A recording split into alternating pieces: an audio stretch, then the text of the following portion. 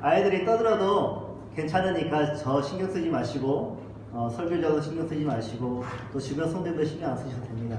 말씀 집중해서 들으시면 되겠습니다. 아마도 초등학교 5학년 때 일인 것 같아요. 제 일인데 할아버지 제사가 큰 집에서 있었습니다. 같은 동네지만 할아버지 제사가 큰 집에 있어서 저희 가족들이 그쪽으로 넘어갔습니다. 여성들은 이제 제사 음식을 준비하느라고 주방에서 분주했고, 또 남성들은 지방을 쓰고 또 제사상을 준비하느라고 안방에서 분주했습니다. 기독교 가정에서 자라난 저에게는 그 제사를 준비하는 그 일들이 매우 흥미로운 일이었고 또 신기한 일이었던 것 같아요. 그래서 제가 열심히 관찰을 하고 있는데 큰할아버지가 지방을 쓰시는 거예요. 지방을 쓰시는데 한자로 멋들어지게 그렇게 쓰는데 저는 그 모습을 보고 와 멋있다 라고 감탄을 했습니다. 저는 그걸 쓰지 못하니까요. 그리고 작은아버지도 그 옆에서 도우시면서 형제의 우애를 보이시는 거예요. 제가 그렇게 감탄을 하고 있을 때 이런 생각이 들었어요.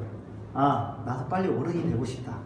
나도 저렇게 한번 어른이 하는 일을 한번 해보고 싶다라는 생각을 하게 되었습니다. 그때 큰아버지가 저에게 주방에서 이제 음식을 하나씩 갖다 놔으라고 저렇게 말씀하셨죠. 그래서 제가 큰아버지의 말씀이니까 제가 주방에서 음식을 하나씩 갖다 놓는데 큰아버지가 제가 갖다 주면 큰아버지가 두 손으로 받아서 제사상에 올려놓는 거예요. 아주 조심스럽게. 그러니까 제가 뿌듯했습니다. 그때 나는 이 집에 더 이상 어린애가 아니라 이 집안에 한 명의 남자이구나. 그걸 인정받는다는 느낌을 받았어요. 제가. 그래서 신이 나서 정성을 다해서 그것을 하고 있었습니다. 정성을 하고 있는데 어머니가 저를 이렇게 부르시는 거예요. 그리고 귓속말로 저에게 이런 말씀 하셨습니다. 감히 귀신에게 음식을 바쳐? 너 집에 가서 죽을 줄 알아. 얼마나 매서웠던지 순간 제가 울먹거렸어요. 그리고 제가 기지를 발휘해서 이렇게 변명을 했습니다. 내가 원해서 한 것도 아니고 큰아버지가 시켜서 한 건데 나보고 어떡하라고 하고 제가 변명을 해냈어요. 어머니가 넌 바로 빠져. 그래서 제가 울먹거리면서 다른 방으로 얼른 숨었습니다. 제사가 다 끝날 때까지 그 방에서 나오지를 못하고 어떻게 해야 내가 어머니의 그 회초리로부터 살아남을 수 있을까 궁리를 하고 있는데 점처럼 풀리지 않는 의문이 하나 있는 거예요. 어떤 의문이냐? 어차피 그 음식들 다 우리 입으로 들어가는 것인데 그게 뭐 어때서? 귀신들이 먹고 가지도 않더만 하고 제가 그걸 계속 생각하고 있었어요. 귀신들이 먹지도 않는 그 음식 그거 다 나중에 어른들이 다 식사로 이렇게 드시지 않습니까? 근데 그게 뭐가 어때서? 저는 그런 의문을 가지고 있었어요. 이처럼 우리는 일상생활 속에서 우리의 신앙과 마찰을 일으키는 그런 문제를 만나게 돼요. 그런데 어느 특정한 문제가 어느 이에게는 전혀 거리낌이 되지 않는 그런 문제입니다. 전혀 문제가 없어요. 신앙생활을 하면서도. 그런데 같은 문제인데 어느 누구에게는 몸과 생명을 다 끊어놓는 절체절명의 문제가 되기도 합니다. 오늘 본문은 그걸 다루고 있는 거예요. 어느 특정한 부분을 가지고 한 교회 안에서 서로의 의견이 다를 때 어떻게 대처할 것인가? 그 문제입니다. 그래서 본문은 믿음이 상대적으로 성숙한 사람에 대해서 그리고 서로가 어떻게 연약한 사람과 관계를 맺어가야 하는지 연약한 사람은 또 성숙한 사람과 어떻게 관계를 맺어가야 하는지 그것을 지금 말씀해 주고 있는 것입니다. 그래서 이 부분을 다루기 앞서 우리는 믿음이 성숙한 사람이든 믿음이 연약한 사람이든 모두 다 하나님을 믿는 사람이다 라는 것을 우리는 알아야 됩니다. 서로 다른 믿음을 가지고 있는 것이 아니라 같은 믿음을 가지고 있는데 누구는 성숙하고 누구는 미숙하다. 그 차이예요. 그렇다면 믿음이란 무엇인가? 믿음이란 믿는 사람의 나아가는 방향이 하나님을 향해 있는 것이죠. 따라서 성숙한 믿음이든 연약한 믿음이든 그 방향이 하나님께 향하고 있다는 점에서 차이는 없습니다. 자, 로마교회는요, 여느 교회처럼 그 그 안에 성숙한 믿음을 가진 사람이 있었고 또 연약한 믿음을 가진 사람도 있었습니다. 분명 우리 안에도 그럴 것입니다. 연약하고 성숙한 믿음 사람이 같이 공존하고 있죠. 사도 바울은 그 로마 교회 안에서 어떻게 성숙한 믿음 사람이 이런 사람이고 또 연약한 믿음의 사람이 이런 사람인가 어떻게 구분을 했던 것일까요? 그것은요, 신앙에 있어서 모든 형식적인 것을 떠나 늘 본질을 바라보고 또 본질 앞에 서려고 하는 사람들, 그 사람들을 성숙한 사람이라고 생각했죠. 사도 바울 자신이 그런 사람이었습니다. 그렇기 때문에 성숙한 사람이라고 말을 했고, 또 그에 비해 눈에 보이는 형식에 얽매여 있는 사람, 그 형식에 얽매여 있기 때문에 본질에 구체적으로 접해보지 못하고 본질이 잘 무엇인지 모르는 사람들, 그 사람들을 연약한 사람으로 구분을 했던 것이에요. 가령 로마 교회 안에서는요, 철저하게 고기를 먹지 않고 채소만 먹는 사람도 있었습니다. 채식주의자가 아니라, 건강을 위해서 그랬던 것이 아니라 그 당시 상황이 그랬습니다. 왜냐하면 로마는 수많은 신들을 섬기는 우상의 나라였죠. 그 신들에게 제사를 드려야 되는데 그 제사물이 바로 고기였습니다. 수많은 양의 고기를 드렸는데 그걸 다 태웠던 것이 아니라 제사를 드리고 나서 그 남은 고기를 시장에 유통시켰어요. 그러니까 그 시장에 유통된 고기를 사람들이 사서 먹는 것인데, 로마 교회 성도들 일부분이 그거는 바로 귀신의 영이 깃들었다. 그 주술적인 것들이 깃들어 있기 때문에 그것을 우리가 먹으면 그 악의 영향을 받기 때문에 우리는 그걸 먹을 수도 없고, 그걸 먹는 것은 바로 우상 숭배이다 라는 그런 생각을 가지고 있었기 때문에 철저하게 고기를 먹지 않고 채소만 먹었습니다. 그들과 달리 바울은요, 주님께서 말씀하신 바와 같이 하나님이 만드신 모든 음식은 속된 것이 없다라는 믿음을 가지고 있었죠. 예수님은 마태복음 7장에서 이렇게 말씀하셨습니다. 무엇이든지 밖에서 사람에게로 들어가는 것은 능히 사람을 더럽게 하지 못하되 사람 안에서 나오는 것이 사람을 더럽게 하느니라. 이는 마음으로 들어가지 아니하고 배로 들어가 뒤로 나감이라. 이러므로 모든 음식물은 깨끗하다 하고 주님은 말씀하셨습니다. 모든 음식은 하나님이 다 만들어주신 것이죠. 그래서 바른 마음으로 바르게 먹으면 우리에게 유익이 되지 않는 것이 없다라는 것이 바로 바울의 견해였습니다. 여러분은 이런 경험 있지 않으십니까? 어느 특정 기업에서 만든 음료수, 맥콜 맥콜 먹으면 안 된다라는 그런 말을 참 많이 들으셨죠. 그리고 이슬람교의 그 할랄 음식, 지금 철저하게 우리가 배격하고 있는데 그 할랄 음식에 대해서 어떤 입장을 가지고 계십니까?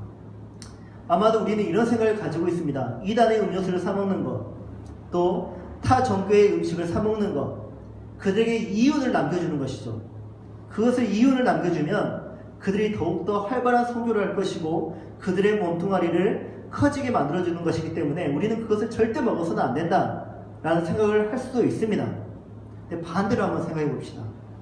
그들이 만든 음식을, 그들이 만든 음료수를 우리가 즐겁게 마시고 즐겁게 먹고 하면서 우리가 힘을 얻어서 성도의 교제가 더욱더 깊어지고 또 우리가 힘을 얻어서 더 열심히 하나님께 예배를 드리고 선교 활동을 한다면 그들의 입장이 어떻게 되겠습니까? 그들은 또 난처하죠. 독을 탈 수도 없는 것이고 거기에. 그들의 입장에서 볼 때 그들의 모든 생산하는 것들은 하나님께 영광 돌리는 것이기 때문에 그들은 아마도 패배의식을 느낄 수도 있을 것입니다. 자, 우리에게 문제되는 것은 무엇을 먹을 것인가가 아닙니다. 우리에게 문제되는 것은 왜 먹느냐 하는 것이죠. 왜 먹느냐. 내가 무엇을 먹든지 그 먹는 목적이 주님의 영광을 위한 것이라면 우리에게 못 먹을 것이 하나도 없다라는 것입니다. 또 이뿐만 아니라 로마 교회 안에서는요, 또 다른 의견 충돌이 있었습니다. 바로 당시 교회 안에서는 어떤 사람들은 특정한 날을 거룩하게 지켜야 한다고 주장했죠. 유대교의 그 명절인 유월절, 초막절, 그리고 오순절, 이건 철저하게 지켜야 되지 아니하냐. 우리로 말하면 부활절, 그리고 맥추절, 추수감사절, 그리고 성탄절, 더 많이만 뭐 개혁주일도 있을 것이고, 이거 우리 철저하게 지켜야 되지 않냐? 왜 저 목사님이 그걸 하시지 않지? 라고 의문을 가질 수 있는 것이죠. 근데 아마도 이 내용을 보니까, 문맥을 살펴보니까 안식일에 관한 문제로 그런 의견의 충돌이 있었던 것 같아요. 안식일은 요일로 따지면 언제입니까? 토요일이죠. 근데 우리는 안식일을 언제로 지킵니까? 주일, 일요일로 지킵니다. 주일이라는 단어를 써서 일요일에 지킵니다.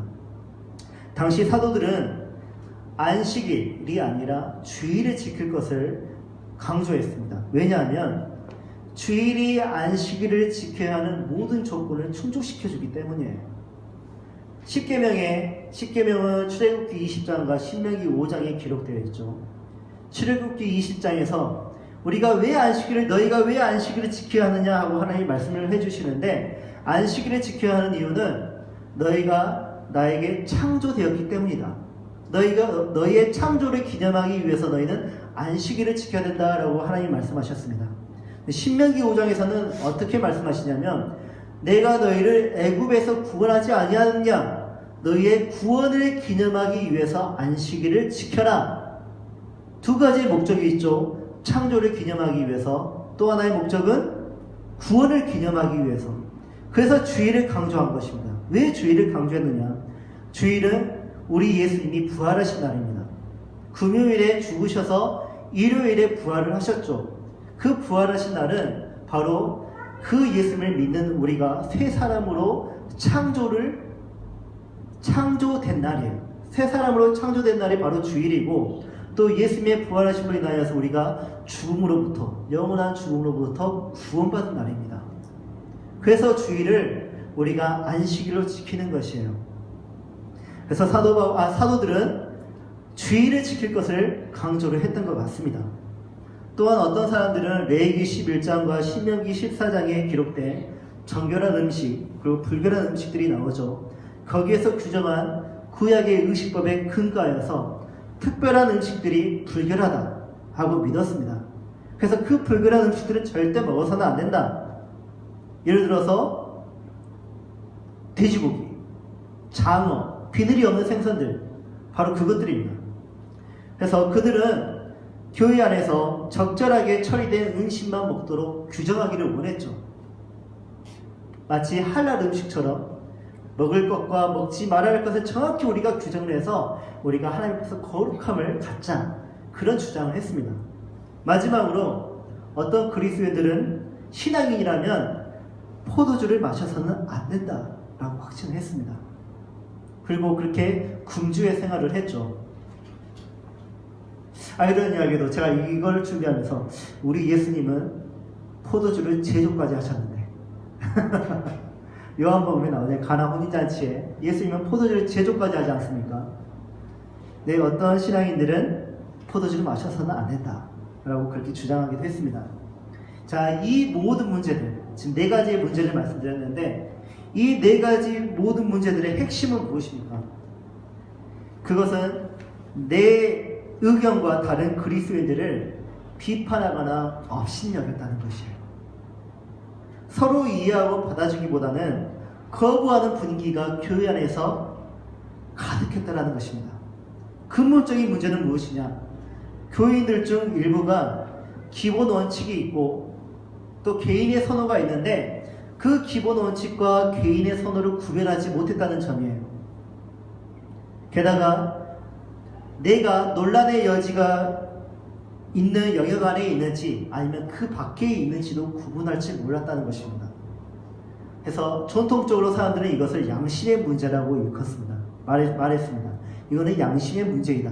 율법이 아니라 양심의 문제이다. 양심의 문제란 하나님이 특별히 말씀하시지 않은 관습을 의미해요. 곧 그 문제에 대해서 명시적으로 금지를 하거나 명하지 않은 것들이 바로 양심의 문제입니다.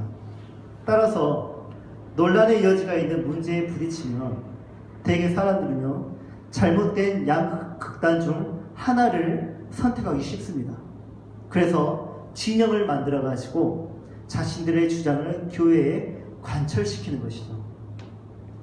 로마 교회 역시 그와 같은 문제에서 자유롭지 못했고 지혜롭지 못했고 그래서 그 안에서 심각한 마찰이 있었습니다. 우리 성도님들 지금 고린도전서 묵상하고 있지 않습니까? 고린도 교회 안에서 똑같은 문제를 가지고 계속 다투고 있는 모습을 보고 있어요. 우리는.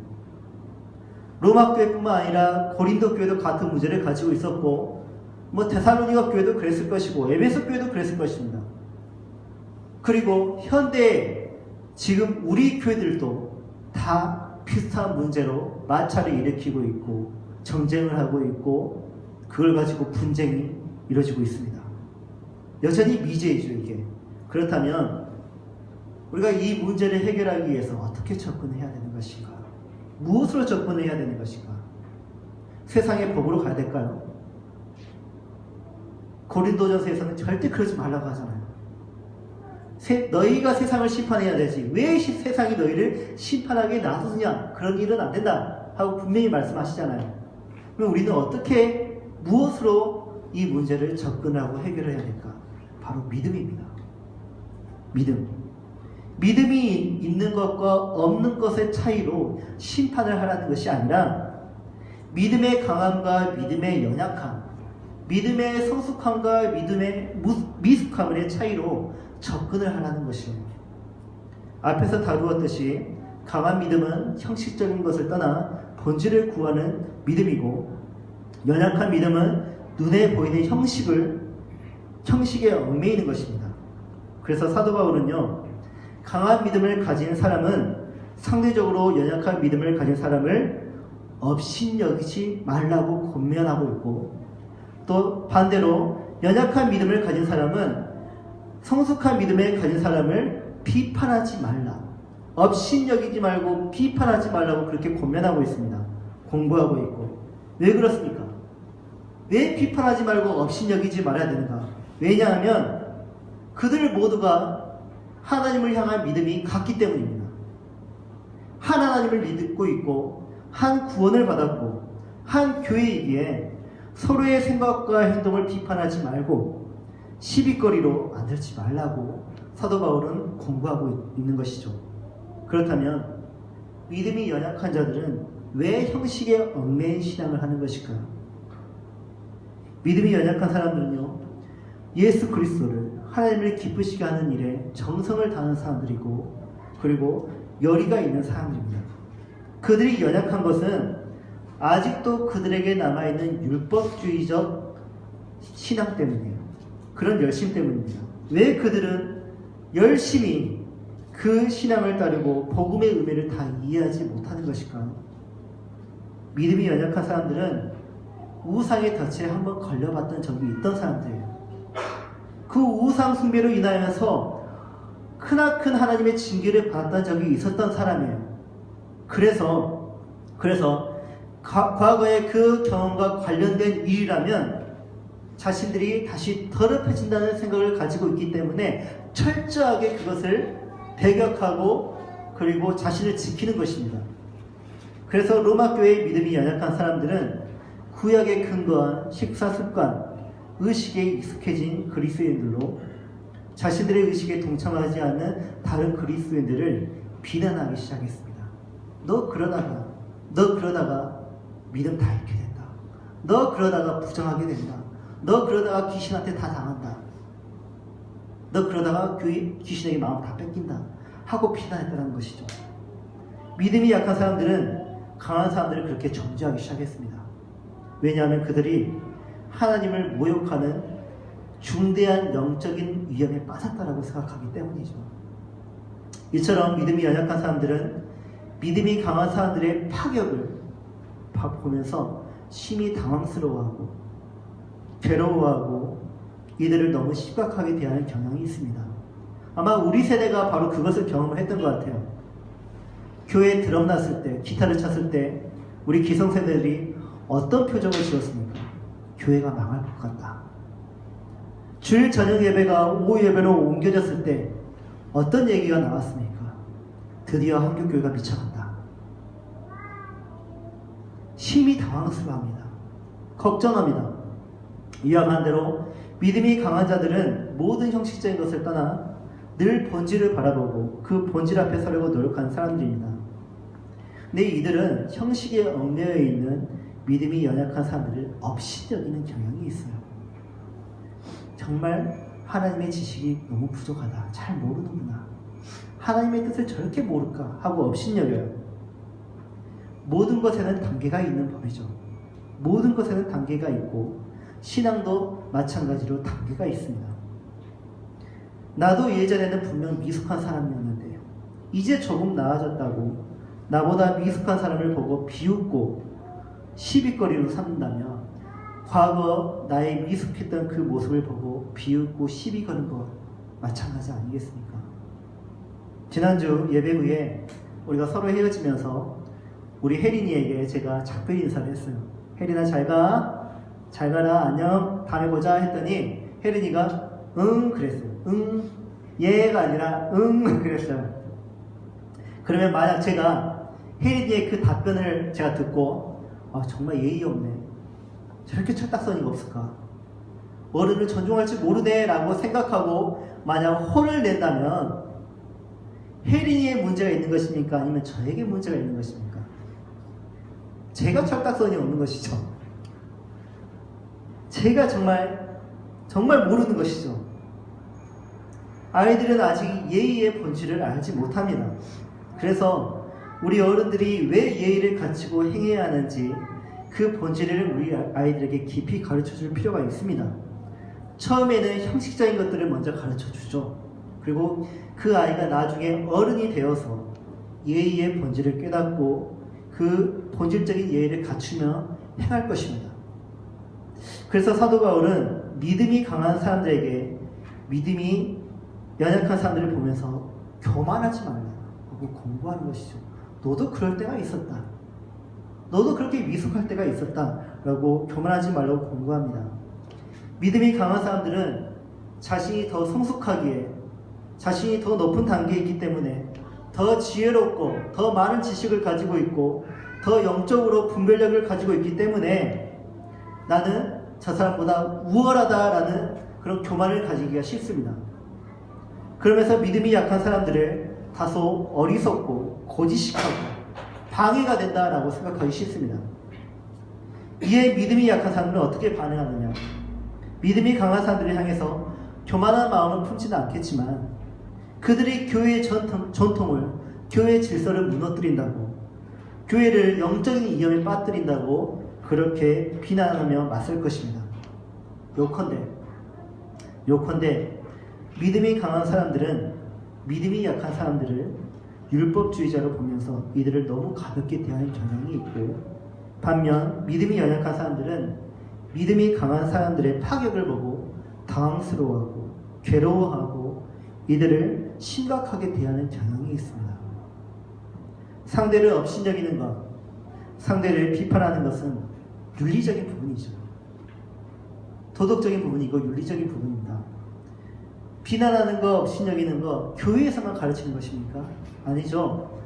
타 종교에서도 가르치는 것이고 또 교육기관에서도 가르치는 것이 바로 비난하지 말라, 업신여기지 말라, 바로 이것입니다. 그런데 하나님은 왜 이런 상식적인 윤리를 굳이 성경에 기록하게 하셨을까? 그거 다 아는데, 그거 기본적으로 아는 것인데 왜 하나님은 굳이 성경에 이것을 기록하게 하셨을까? 그 이유는 교회 안에서 이 문제가 끊임없이 발생하기 때문입니다. 한때 믿음이 연약했던 사람이 성숙해져서 믿음이 강한 사람이 되죠. 근데 또 믿음이 강한 사람이 더러 믿음이 약해지는 경우도 있습니다. 뿐만 아니라 이제 신앙을 시작하는 새 신자가 있기도 하고 또 어린 신자가 있기 때문에 업신여기거나 비난하는 일들이 멈추지 않는 것이에요. 더욱이 세상의 원리와 우리 기독교의 원리가 다릅니다. 세상에서는 비난하지 말고 업신여기지 말라는 그 이유는 화목을 위해서, 평화를 위해서 있는 것이죠. 하지만 교회 안에서는 그것을 위해서 그것을 지키는 것이 아니라 그들 모두가 다 하나님이 받으신 사람들이기 때문에 업신여기지 말고 비난하지 말라고 하는 것이죠. 하나님이 다 받으신 사람들이래요. 그들 모두가 다 하나님을 믿는 사람들이고 그들의 삶의 방향이 다 하나님께로 향해 있고 하나님에 대한 믿음 때문에 먹지 않는 것이고 하나님의 믿음 때문에 하나님에 대한 믿음 때문에 먹는 것이니까 다 하나님을 위해서 하는 것이니까 우리 업신여기지 말고 비난하지 말자라는 것이죠. 그렇습니다. 어떤 이는 하나님이 주신 믿음을 가지고 담대함으로 거리낌 없이 모든 음식을 다 먹습니다. 또는 어떤 이는 하나님이 주신 믿음을 가지고 음식을 구별하여서 삼가 섭취합니다. 더 나아가 우리가 교회 안에서 상대를 비판하지 말아야 하는 이유는 그들 모두가 다 우리 예수 그리스도의 종이기 때문이에요. 그들 각자가 그 몸의 주인이 아니라 그들 모두가 우리 모두가 다 하나님의 종이기 때문에 그들이 비판하지 말아야 합니다. 그가 서 있든지 그가 누워 있든지 그가 넘어져 있든지 그것은 전적으로 주인에게 책임이 달린 것이기 때문에 그의 거리낌이 내 눈에 너무 거슬리고 내 마음을 힘들게 한다 할지라도 그 모든 책임은 주인에게 있으니까 비난하지 말라는 것이에요. 이때 우리는 그의 주인이면서 나의 주인이 우리 예수 그리스도를 신뢰할 줄 알아야 합니다. 무엇을 신뢰해야 되는가? 그의 믿음의 삶이 지금 설령 미숙할지라도 그가 나와 같은 믿음을 가지고 있다면 그의 삶의 방향이 하나님께로 향해 있다면 반드시 주님께서 그를 성숙하게 하실 것이라는 믿음을 가지라는 것입니다. 내가 그 일을 할 수가 없잖아요. 내가 충고한다고 조언한다고 내가 가르친다고 그가 성숙해지는 거 아닙니다. 주님이 하시는 일입니다. 그러니까 주님을 신뢰해야 돼요. 주님은 당신의 인격과 당신의 성품으로 당신의 자비하심과 오래 참으심과 사랑으로 그의 삶을 채워주실 것이고 그를 믿음의 본질 위에 설 수 있도록 그의 삶을 인도하실 것입니다. 우리는 그 믿음을 가져야 돼요. 또 주님은 우리의 주님 되실 뿐만 아니라 우리를 성숙하게 바로 세우실 수 있는 권능을 지니신 전지전능하신 하나님이시기 때문에 우리가 그의 능력을 신뢰를 해야 됩니다. 제가 친구를 전도할 때 항상 어떤 특정한 친구를 전도를 하려고 해요. 근데 다른 친구가 꼭 이런 말을 합니다. 세상은 변해도 저 친구는 절대 변하지 않는다. 저 친구는 하나님도 어떻게 할 수가 없다. 그런 말을 해요. 저는 그 친구의 그 생각이 편견이 빨리 깨지기를 바랍니다. 술을 너무 좋아하는 그 친구, 기독교를 너무 싫어하는 그 친구가 예수님을 인격적으로 만나서 이 자리에 나오기를 간절히 원하고 있습니다. 그러므로 내가 상대적으로 다른 사람에 비해 성숙한 믿음을 가지고 있다면, 그렇게 생각된다면 내가 이렇게 성숙한 것은 나의 노력이 아니라 하나님의 은총이라 그렇게 생각하시고, 또 내가 그런 은총을 받았으니 미숙한 사람을 도와서 그것을 도우는 것을 하나님의 뜻으로 받들고 우리는 그 역할을 감당해야 될 것입니다. 반면에 내가 아직 미숙한 신앙을 가지고 있다면, 내가 아직 미숙한 믿음을 가지고 있다면 주님께서 그 미숙한 믿음을 성숙한 믿음으로 바로 세우시는 권능의 주님이심을 믿고, 또 내 주위에 나보다 성숙한 사람이 있다면 그 사람에게 찾아가서 그 사람을 본으로 삼아 닮아가도록 힘써야 할 것입니다. 사도 바울은 끊임없이 말을 하고 있는 것이 너희는 나를 본받으라, 그 말을 하고 있습니다. 내가 당신들보다 성숙한 믿음을 가졌으니 당신들은 나를 본받으라 하고 사도 바울은 그렇게 권면을 하는 것이죠. 믿음이 미숙한 것은 부끄러운 것이 아닙니다.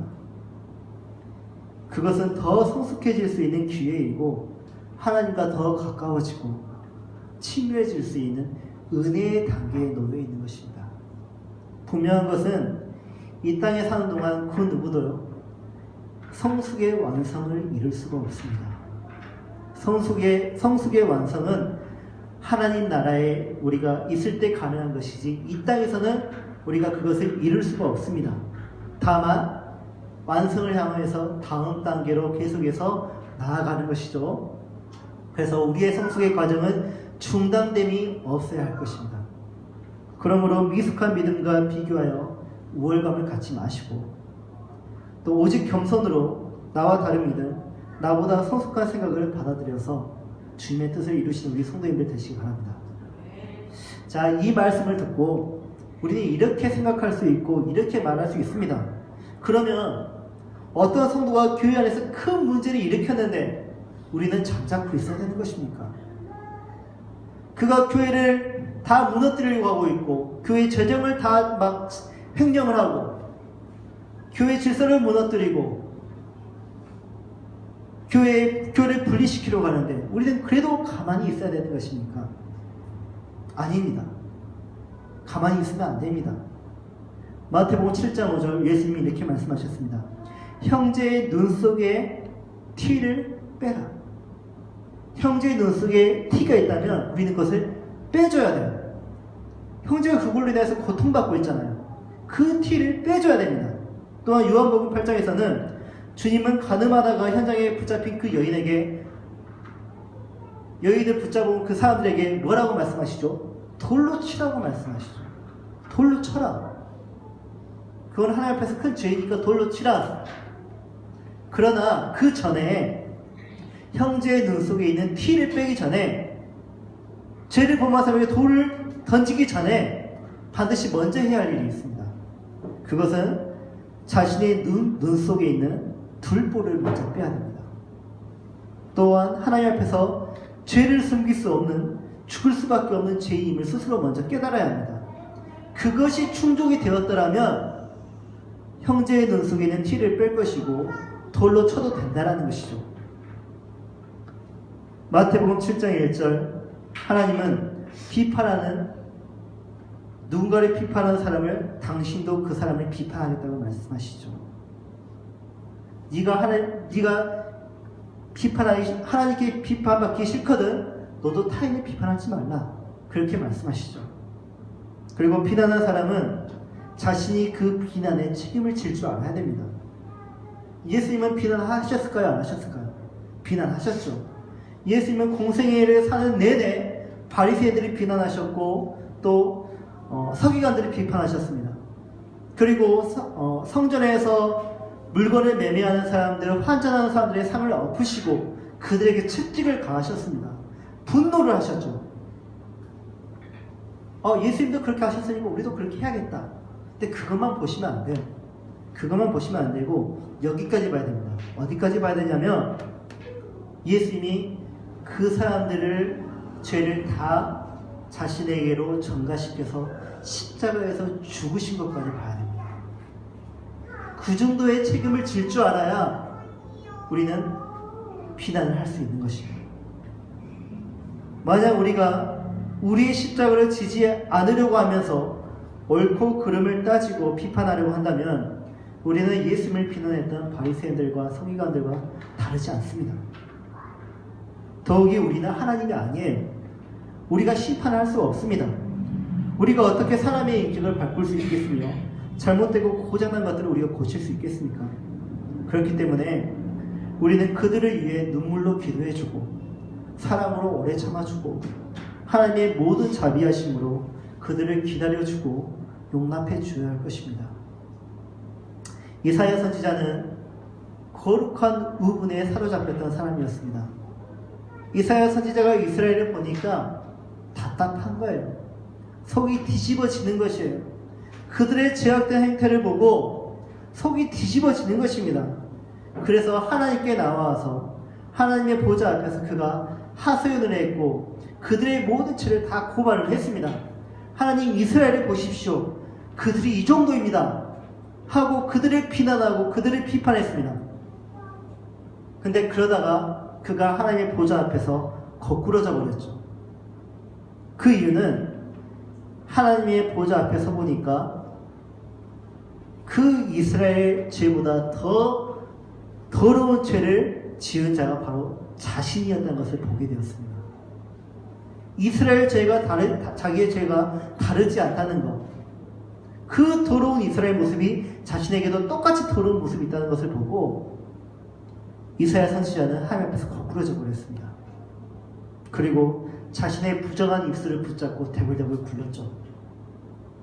이사야 6장 4절에서 7절입니다. 그때에 내가 말하되 화로다 나여 망하게 되었도다. 나는 입술이 부정한 사람이요 나는 입술이 부정한 백성 중에 거주하면서 만군의 여호와이신 왕을 배웠음이로다 하였더라. 그때 그 스락 중에 하나가 부젓가락으로 제단에서 지분과 핀 숯을 손에 가지고 내게로 날아와서 그것을 내 입술에 대며 이르되 보라 이것이 내 입에 닿았으니 내 악이 제하여졌고 내 죄가 사하여졌느니라 하더라. 이사야가 거룩하신 하나님 앞에 서고 나서 가장 괴로웠던 것은 그의 입으로 함부로 말했던 것, 그가 입술로 지은 죄가 너무나 많았던 것, 그 입술이 너무나 더러웠다는 것에 그는 가장 괴로웠습니다. 화로다 나는 망하였도다. 나는 입술이 부정한 사람이다. 어떻게 내 입술이 이렇게 더러워서 이제 난 망해버렸다. 나 어떡하냐. 바로 그것입니다. 이사야는 제단에서 타는 수치에 입을 대어 그 입술로 지은 모든 죄를 다 용서받았죠. 그리고 선지자로 부름을 다시 받습니다. 사도 바울은 우리에게 이렇게 책망합니다. 10절에서 12절입니다. 네가 어찌하여 네 형제를 비판하느냐? 어찌하여 네 형제를 업신여기느냐? 우리가 다 하나님의 심판대 앞에 서리라. 기록되었으되 주께서 이르시되 내가 살았노니 모든 무릎이 내게 꿇을 것이요 모든 혀가 하나님께 자백하리라 하였느니라. 이러므로 우리 각 사람이 자기 일을 하나님께 직구하리라. 우리도 언젠가 선지자 이사야처럼 하나님의 심판대 앞에 하나님의 보좌 앞에 서게 되는 날이 있을 것입니다. 그날에 우리가 심판대 앞에 앉아 계신 하나님 앞에서 우리의 모든 일을 우리의 혀로 우리의 입술로 자백하는 날이 있을 것입니다. 우리는 우리가 그동안 이 세상에서 했던 모든 일들을 하나님께 직구해야 될 것입니다. 그때 우리의 머릿속으로 망했다, 나 이제 망했다 라고 생각하면 되겠습니까? 아니죠. 그날에 우리는 이사야 선지자처럼 입으로 지은 죄로 인해서 괴로워하지 않으려면 우리는 이제부터라도 우리 스스로에게 이렇게 물어봐야 할 것입니다. 따라봅시다. 그리스도 앞에서 나는 이것을 똑같이 할 수 있는가? 그분을 보면서도 이 일을 할 수 있는가? 그분의 이름으로 감사하면서 이것을 할 수 있는가? 우리 성도님들 여러분, 예수님은 우리를 한 형제로, 우리를 한 교회로 만드시기 위해 십자가에서 죽으셨고 무덤에서 다시 살아나셨습니다. 어떻게 주께서, 우리 주님께서 대신 죽으신 형제를 업신여기며 우리가 그 형제를 비웃을 수 있겠습니까? 어떻게 그 안에 하나님의 형상이 있는데 우리가 그 형상을 가진 그 형제를 비웃고 업신여길 수 있겠습니까? 이제부터 하나님이 복음 안에서 받아주신 사람이라면 누구든지 우리 성도님들도 받아주시기 바랍니다. 그리고 복음 안에서 정죄함이 없는 사람이라면 우리도 함부로 정죄하지 맙시다. 그도 나름대로의 믿음을 가지고 최선을 다하고 있습니다. 하나님께서 주신 믿음을 가지고 최선을 다하여서 하나님을 믿고 있고 그 삶의 방향을 하나님께로 향하고 있고 최선을 다하여서 그 믿음을 지켜나가고 있습니다. 그러하니 우리가 그 모습 그대로 받아주고 우리 서로 살아가는 데 힘을 썼으면 좋겠습니다. 기도합시다. 우리 다 같이 말씀을 의지하여서